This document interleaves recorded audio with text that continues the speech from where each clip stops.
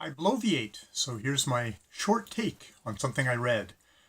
This take is on MORT by Terry Pratchett, which is his fourth book in his Discworld series, which numbers now at 41 and will not go any further since he died just in the past couple of years. Oh boy, time flies.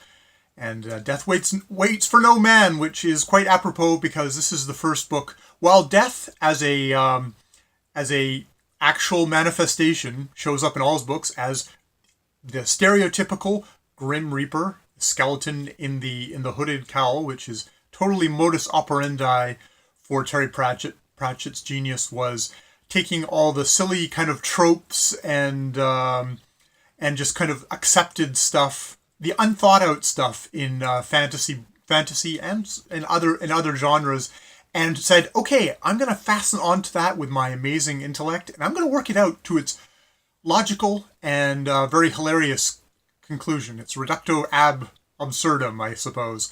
And this is so. While all the Discworld novels have death in them, this is the one that actually stars. This is one of the. He has arcs within the 41 books, and oftentimes I think if you're going to recommend something to people, it's like, don't start at the beginning, because at the beginning he was at his most parodic. He talks about not being satisfied with those books in some ways just because it was jokes first, plot second, and this is where he started feeling like, I've got a plot, and I'm going to weave, and I'm going to use the jokes for that plot. And I think it's where you can really see him as a storyteller kicking in. It's all fun. It's definitely fun to go back to The Color of Magic, which is the very first one, and read those books. But I think it's actually a good idea to start out with something like the series like MORT, which, the Discworld is a world. And then there's multiple characters within. This MORT, Reaper Man, other books, they'll follow Death as a character, and there's other arcs that follow Granny Weather Witch and the Witches, and you can read their arc, or you could read the Tiffany Aching books, which actually have some of the witches in it. The people cross over and things like that, but within the little sections, you only need to know this character. You only need to know Death. Death, who's I think you want to talk about like the appeal of Death. Death is almost like to reach out to another geek community. He's almost like the Spock of this world, in that he is a manifestation of Death, and he doesn't quite get these humans and what's up with them.